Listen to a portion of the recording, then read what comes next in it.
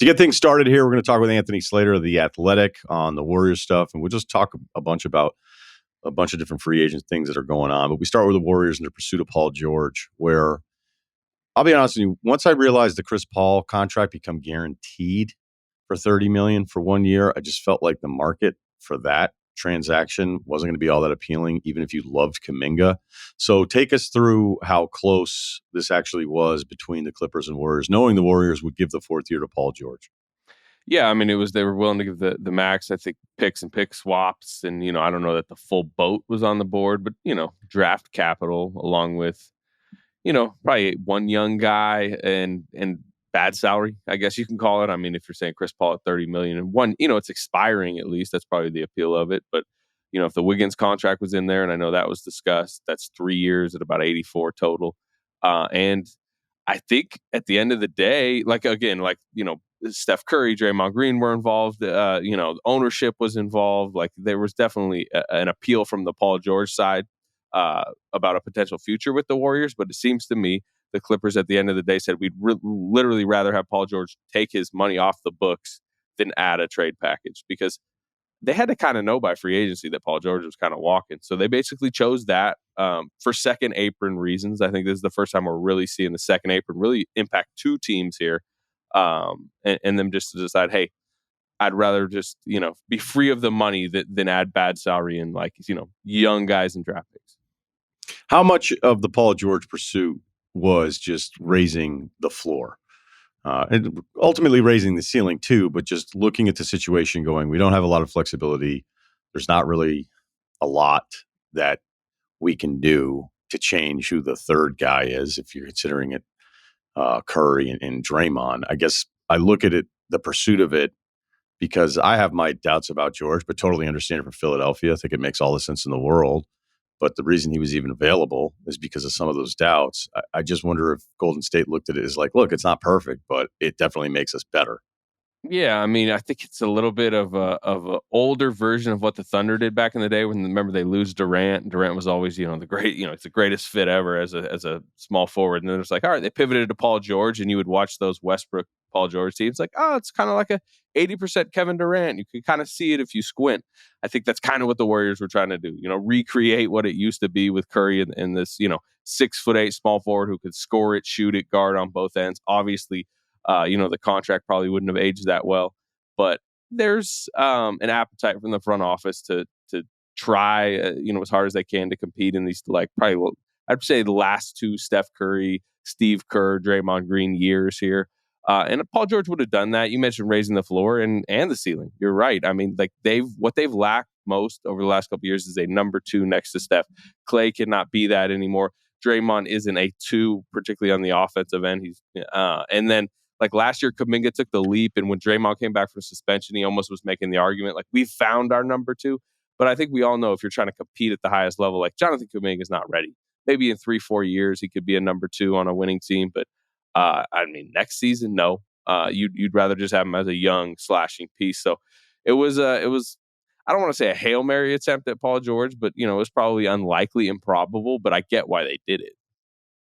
Yeah, I'm with you. I think it makes sense. So did it ever feel like it was close? Like, was there ever a moment over the course of the days just like, hey, this is actually going to happen? Depends on who you talk to. Some people in the aftermath are like, oh, if the Clippers would have just played ball. But then it's like you do talk to other people like the Clippers were not going to like this. They weren't going to do it. There was just some skepticism, I think, from the more realistic folks on the Warriors side that that it was actually ever going to get done. But the more ambitious side, particularly higher up, you might say, was really kind of trying to put their thumb on the scale of it, but not really. I would say by my days are being mixed up, but Saturday was Paul George's opt in or opt out. In the lead up to that, the messaging from there, I think they knew by like Friday night, maybe Saturday morning, like, look, it ain't happening. Okay, Klay. Yeah. And much like the Paul George decision, which I talked about in the open today, because I agree with you, I think this is the first wave of second apron fear or lack of flexibility into the aprons that we're seeing, because I look at a lot of the decisions and go, well, a couple of years ago, they would have probably just said, whatever, give him the fourth year. Or in this case, like, we want Klay to extend his career here, and, we don't want to let the guy walk from mid-level, but this seems done.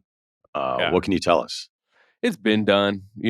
I've been cautious in my reporting of it in the last few weeks. I've been putting out that they're not talking, and then it's trending this way. But you talk to people on Clay's side a few weeks ago, and it's like, oh, it's over. It's been over. He was saying it was over at the end of the season. There was always a thought, and you wanted to tap the brakes at all times of like, look, he's going to have the conversations he's going to, at the end with Steph and Draymond and Steve, and they'll eventually put the offer on the table, because the plan always was to circle back when they've kind of figured out their bigger piece moves, and give him a competitive offer, especially considering they figured his market was going to be kind of cool, and it has been. But it was just, it became clear the relationship was just irreparable. And you may ask some of the reasons about that. And I think it goes back a long way, but the simplest is within the negotiations, he's felt very slighted going back to last summer. And then he was unhappy, to be honest. I mean, that's probably the simplest way to put it. And probably the most understandable human aspect of this is Klay Thompson just decided he'd been unhappy. And he was searching for a fresh start, because he just wants the late stages of his career to feel better. He wants to feel more valued, but also, just like be happier on a day-to-day basis. So the number that was reported probably back during the season, and you'll know this better than we will, but was he looking for 2 years, 48? Were they offering 2 years, 48? Because I still feel like whatever ultimate number he lands on, like if he lands on the mid-level, you're going like the Warriors couldn't figure that out. Yeah, I mean, it sounds like they're trying to get him up towards 20 right now. But yeah, the Warriors might have landed on there this offseason. But they weren't necessarily guaranteeing Klay that. And it was more like, we'll figure you out later. It was like, if you're going to your boss for like, hey, about that raise, can we talk about that raise? It was like, no, like, we will talk about it later. I do think they plan to circle back on it. If you go back to last offseason, the extension talks, and I'll probably write a bigger story that really kind of details how this all went poorly, how they divorced. And to me, this goes back to the rehabs and all that from the injuries. But there's like, I sense almost a dispute on both sides about the extension talks last summer, how genuine the Warriors really were in their offer. If it was firm by the end, the 2 for 48 that's been floated, like, it's just that is almost part of the contention here is how it's being framed that last summer. Oh, you gave up some easy extension that now looks like, we were doing you a favor. I think that's part of just, his anger at upper management. Who's right? Do you take a side in this? Because clearly he's not the same player. Yeah. If you look at the numbers from when he was benched, when it got really ugly, and then at that point too, I almost felt like guys, you really think he's just done? He's never going to be able to play again. And if you frame it a certain way, because I was talking about the Warriors, I think like last week, like go draw this line in the sand of this is what their record is. They get Draymond back. Like maybe they feel like, we know we're not favorites. We know there's a handful of teams in front of us, but we still were a good team record-wise. The offense was better. Maybe if Kuminga gets a little bit better, run back Klay for 2 more years. There's numbers that tell you he's still a contributing basketball player, which I think are more in line with just how negative it can be and how done some people seem to think he is. But like, do you have a side? Do you pick a side in this? I think they're both right and wrong. I think that the management and the Warriors' more cold-hearted approach from a business perspective is correct, and a basketball perspective is correct. I think they've always thought his money is going to a place where they were going to get him back on a bargain. They were still going to give him a reasonable offer. I do think there's still a lot of love and appreciation for Klay Thompson internally. I think he would have a very nice role on the team next season, probably a role that does fit where he is at his stage of his career. And he remember Steve Kerr had that quote several years ago where like Klay is not low maintenance, he's no maintenance. Like that really changed over the last 4 years, with last year being the highlight version of that, and just like kind of the grumpy, thorny nature of him just like grasping the stage of his career and a fading, Hall of Famer. So that part of it, like I understand the Warrior side, where I think the Warriors miscalculated, and I'm on Klay's side, is like they were warned, like this Klay Thompson is not negotiating with you like an Andre Iguodala or even a Draymond Green. Like this isn't some power play for every little amount of money, play hardball, expect him to come back to the table, get to free agency, tell him we'll get to you when you get to you, and like you will have a chance to sit down and say this number is that number. They played it so cold and uncommunicative that Klay Thompson just said, I'm gone. There's no leverage plays here. I'm not putting something out in the media. Like, obviously, I put out the story that, like, hey, he's leaving. That wasn't some, hey, he's leaving unless you give your final best offer. That was like, oh, no, he's gone. Like, you guys told him you didn't value him enough, and he's leaving. And they were told that that's how he's going to be because that's his personality. And that's where I think as long as they're okay with him walking away, they kind of let him out the door in that sense. Okay, that's good. It would seem like the Lakers do make the most sense if LeBron's willing to renegotiate a deal that allows them the full mid-level. It's probably not the number he was even thinking of in the second half of the season. But if he's this pissed off about it, maybe it's a 1-1. It keeps him in California. It gets him into LA. Something people thought would happen for years. If he's looking for revenge, it feels like there's more revenge with the Lakers than it would be Dallas. Yeah, there's pros and cons. I think both fit from like a just pure basketball perspective, right? Because you want him next to a star that controls the offense and can spray it out to him for three. You don't want him pick and roll, handling. You just want him catching, shooting, and moving off ball. And play with Luka, play with LeBron. You're doing that. As far as like kind of the factors you were mentioning, I think there's pros and cons to LA. If you do just want revenge on the Warriors, just want to stay in like kind of that big market vibe. His dad's going to be, up there doing the games on the radio. And, obviously there's just so much history there. But in some ways, I'm curious, like part of what I think got to him the last couple of years was like remaining in that Warriors fishbowl, trying to still chase down the old version of himself, like the constant criticism for what he was or wasn't, or, will never be again. And trying to get back to the 2019 version where he tore his ACL at like the peak moment of his career. That I almost think, and I do believe that this is part of his calculation and part of why there's been times where it seems like Dallas might be the favorite, almost to get away from it a little bit, separate yourself from California, new environment, new situation, a little less of a microscope, even though you're still going to expect to play on the big stage. He wants to win. I sense he wants to be in the Western Conference. But then I do think it's going to come down to money a little bit because, you mentioned it, hey, maybe it's a 1-1 at the mid-level. I'm starting to get the sense that both teams want him enough that they're trying to find ways to like up their own offers, maybe a little bit more years, maybe try to find ways to get a little bit more money. The Warriors are sitting there as a willing sign-and-trade partner, particularly for a trade exception. I'm not sure they want to bring in bad contracts, but if they can get a big trade exception, that's valuable to them. So I think the money's going to be a little bit better than people think. Okay. And yeah, you're right. You're right to bring that up in the trade exception, even though I think they're historically pretty worthless. The Kelly Oubre one from back in the day that the Warriors used, that might be it's not even just worthless. That cost them like $80 million for one season of Kelly Oubre on a playing team. So, well, yeah, especially when you start factoring the tax stuff that I'm not even doing. I just feel like everybody. I saw one team that still had 5 different exceptions.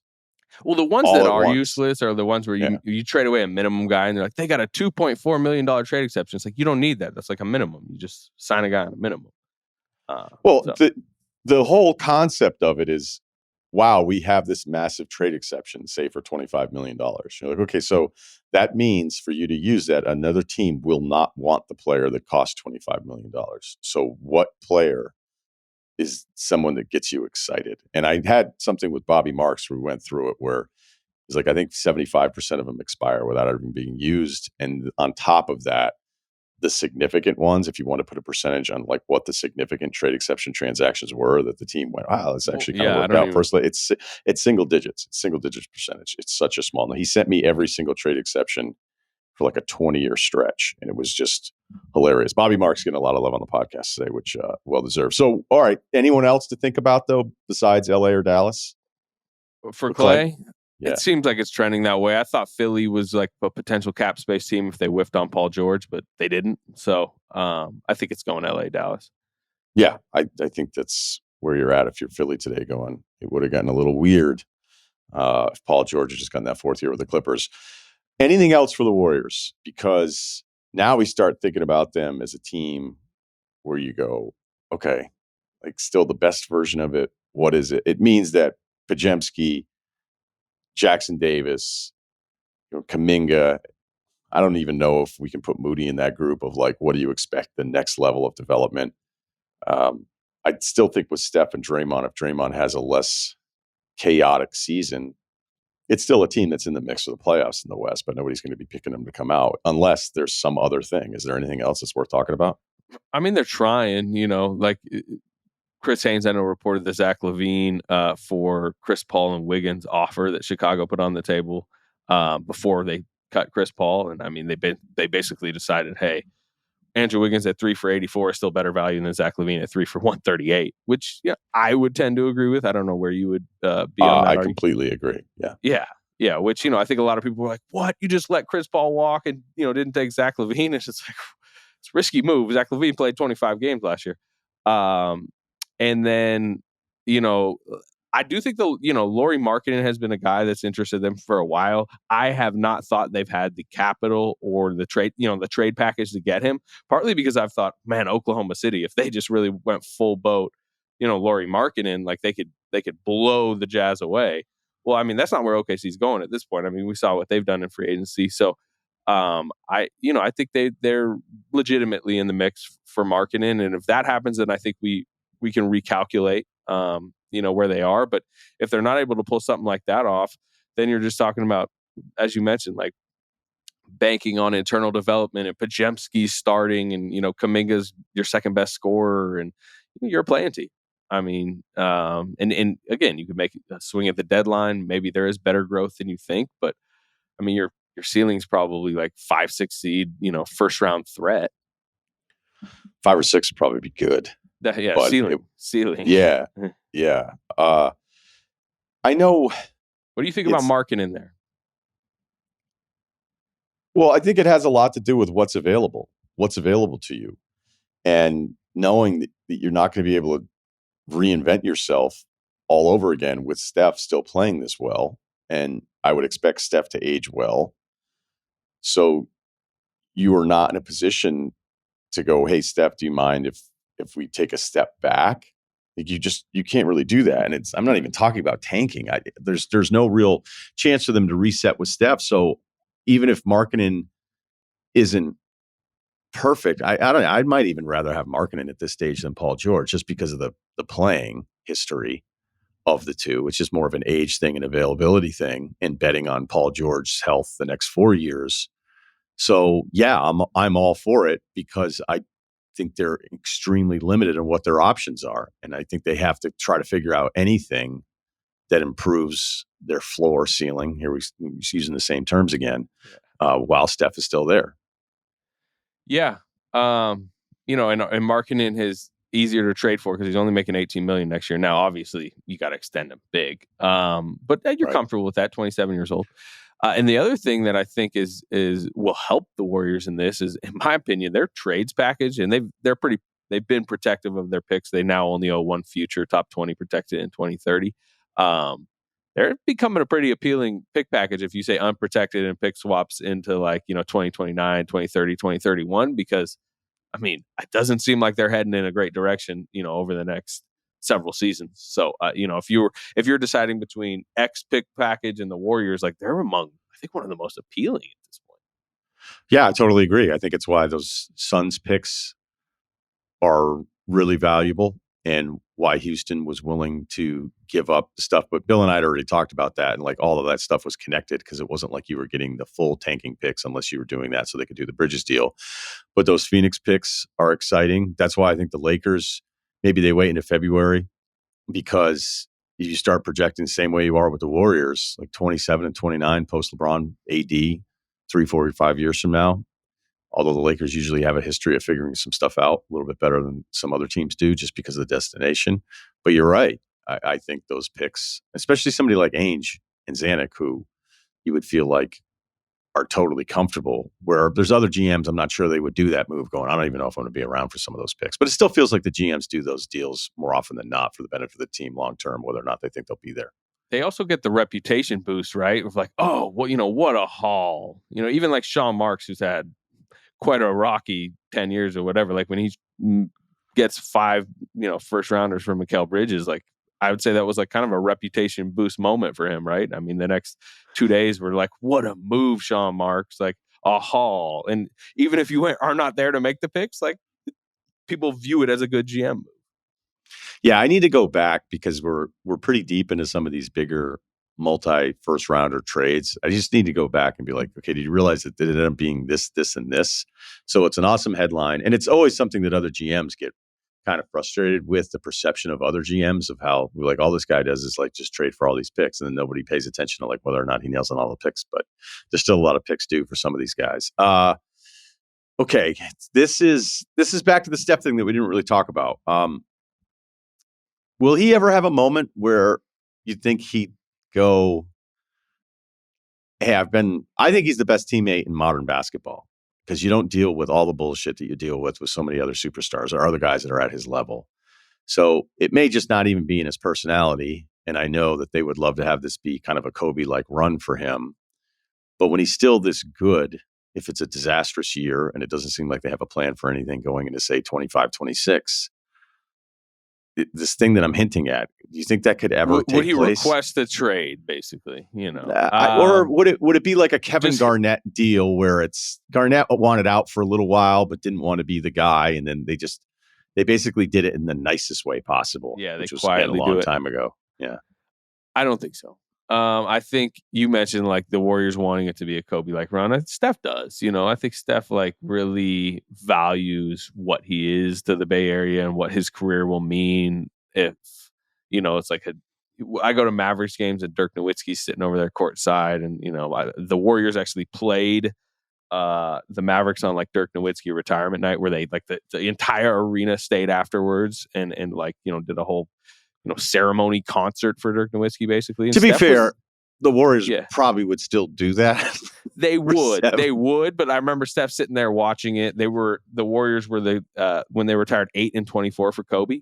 The Warriors were there that night also. And I think, I don't want to say the Warriors are calling his bluff essentially, but it isn't just that. Like, Steph is very settled in the Bay Area. He lives very well in the Bay Area. He just had his 4th kid. His wife loves the area. And I think he has zero desire to like uproot everything and move it. Now, like, does he get frustrated with moves and non-moves? Does he make, the other thing, and you do talk to him, even off to the side, like he's privy to these conversations. Like they keep him in the loop. Mike Dunleavy and him are very communicative. Like, I remember at the deadline last year, leading up to it, you could tell he kind of wanted something to get done, but then talking to him afterwards, he's like, look, I know what was on the table. Like, I'm not going to sit here and make a big stink about it, because like I know what we could and couldn't have done. And I think at that point, he didn't say this directly, but I felt like he was like, there was nothing that was suddenly going to pivot us into championship contention. So I think as long as he feels there's a good faith effort, and he knows way more than we know about like the inner workings of every deal, why a deal did or didn't get done, why the Paul George deal did or didn't get done. Steph knows more than we do right now. As long as he feels like they're at least making a good faith effort to try to compete, and they are, somewhat. I mean, I'm not sure they should have used all the picks back in the day, but I think he'll stick around, because I think he just values everything else that comes with sticking around. And he's settled. Like, 4 titles is 4 titles, right? Like, he's not having to chase something that like everyone will say your resume lacks this. Like, his resume doesn't really lack anything. You just brought up the picks. It's really easy after the fact, especially with Wiseman flaming out, Moody kind of at this point, who knows, and Kuminga, luckily, showing something and then hitting on some of the later ones. But in theory, it was awesome. I remember thinking, hey, this is a really good front office. They have a great track record. They're going to add these cheaper contracts. The job is going to be a lot easier for these players. And, Kuminga, you knew was going to take a little time if it was ever really going to happen. Wiseman, you thought, could just run around for 15, 20 minutes and develop into somebody. And it would be so easy for him, because all the attention would be on the way this team had been constructed, and with Steph pulling everybody away, and he couldn't figure it out. And it's so easy to say after the fact, well, they in fact totally screwed up by just not packaging all of those picks, especially when they already had the salary that they had, what they're going to have to add to it. But do you look back at any particular thing that you think could have happened and said, okay, that actually ended up being a huge mistake? I mean, you have James Wiseman with Anthony Edwards instead. Things might look a little different right now. I mean, the Wiseman pick is like just devastating. for so many reasons, including like they thought he was going to be like a stretch five who rim protected, which is like exactly what they need next to Draymond. Um, it- and like it wasn't like, oh, they thought James Wiseman was gonna. I mean, you mentioned it, and I definitely wrote it at the time. I thought it was partly a good pick because I was like, at minimum, he's JaVale McGee in the championship years, where you just, hey, he's gonna crush 150 lobs and like make some defensive mistakes, but you can pull him. He can still play 20 minutes. Like they thought he was gonna be a superstar. Particularly, I mean, this is well known. Joe Lacob's been very much on the record. Like he thought this was like the next face of the next era, and like that flamed out spectacularly, obviously. And they probably held on too long to try to resuscitate the value. I think the injuries, it's really stunning him. There were so many moments early in his career where like the setbacks, the meniscus tear, he was actually playing. Like if you go back to his rookie year, it's not horrible. There was like a lot of promise there. And then he gets the meniscus tear. He gets complications, has to get a second surgery, misses the whole next season. And again, I don't want to get too deep into it, but I actually think Moody's going to be a fine rotation player. Kuminga looks like, in that draft, Kuminga at 7 is a very fair draft pick, I think. But the Wiseman one's just a disaster.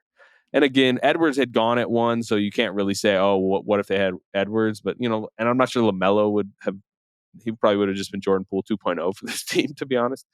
Halliburton they liked. Could they have moved? There was a thought of like move 2 for like, 5 and Wendell Carter, I think was the thought at the time, and then maybe take Halliburton there. Like, sure, if that was the alternative reality, this would look a whole lot different, but it isn't. Yeah, it isn't, and it happens. The rest of the West, we taped this right after the Hartenstein news, which makes a lot of sense. We knew that the Knicks are going to be really challenged, and they end up losing him to OKC, and it just feels perfect because I'm big on this, that you don't have to play traditional center all the time, but you need to have that card. You need to be able to play it, especially when you're going up against some of the other bigs that you're going to get matched up again in the playoffs. And if you just don't have it, I find it almost impossible for you to find that path. And look, Dallas isn't even coming close, I don't think, to the NBA Finals. Even though it seemed like they turned on Gafford as the finals continued, they were like, oh, actually, maybe there's a reason. Even though I like Gafford, it was a bad matchup for a lot of guys against Celtics this year. Do you have a sense, even though we still are only a day or two into this, of like handicapping the West? Yeah, Denver losing KCP and like the way they're trying to rearrange with like the young guys, and they have their own little 2 timeline thing doesn't seem to be working beautifully. But they're obviously still going to be a danger. You put them up top. Well, the coach has to be on board with it. And it's really tough for a coach that's coaching a team that's a championship contender or already has a title. It's like, hey, can you find minutes for all these first round picks that we had that we thought were like more NBA ready because they were a little bit older? And it's just, oh, hey, we get these 3 guys. Like, okay. Like, these coaches don't like to play these guys, especially when the teams are good. Yeah. Go ahead. Yeah. I jumped you, but. No, you're right. I mean, that was like the 2022 title. Part of why I think there's like some internal like fist pumping for the Warriors about how it went down. It was like, yeah, look how, our 3 lottery picks that were on the roster. Look how many minutes they played, and when it mattered. But back to the top of the West, yeah, I think it's going to look similar to last year. I mean, Minnesota's kind of the same team, so they'll obviously be a threat. I mentioned Denver, Oklahoma City. I mean, you are just adding Alex Caruso and Isaiah Hartenstein to basically the same team. I like the business they did with the Isaiah Joe, Aaron Wiggins, kind of opt out and extend. I assume those are on declining numbers. I haven't seen the deals. And I do wonder about them at the highest level. You mentioned it. They definitely have more lineup versatility. But like, do you think Hartenstein and Chet can play together? Number 1 and 2. Like, I think Chet needs to make an offensive leap. I covered that Thunder Mavericks series. Like, I think his inability at like in the really speedy, powerful playoff environment to score a little bit more was a problem. And if he's playing more power forward, I'm just like, I feel like he needs to go another level. Yeah, because when I saw the Westbrook rumors to Denver post KCP, like my first thing as a non-Westbrook guy was just why would you do that? Because he can't really play, even though so much of it ends up in the 2-man game with Murray and Jokic. You still need the spacing in theory of what Michael Porter Jr. is. Aaron Gordon's a non-spacer, so it's really important that fifth spot there is somebody that you have to honor from three, and that's just not Westbrook. Even if you want to talk yourself into like, oh, he hit some more corner threes or whatever. Um, but believe it or not, a pro Westbrook angle on this is that I do think there's kind of value in that second unit. Do it on your own, like find a way to score. And I think that's what they thought Reggie Jackson could be for them. And it just, I think at times he'd shown some of that stuff in his career. But that's not the case. And Westbrook, especially at that cheaper number, instead of going deeper with KCP, you're like, maybe that actually makes a little sense. And that's why I bring it back to OKC, is that if we're getting really greedy, because you've already added Caruso, you've added this big, I completely agree with you on Chet, because Chet, in theory, for where his pick is and what we think of his talent, it's like you actually need to find a way to kind of get some of these buckets on your own and not just be this spacing center, because when they fell apart against Dallas, it was because SGA had nothing else that he could really trust. And maybe it's Jalen Williams, another run through the playoffs. You've seen it plenty of times. Lots of really good players. That first taste of it, they're just not super comfortable. And Jalen Williams moving forward will be comfortable, and it won't even be that big of an issue.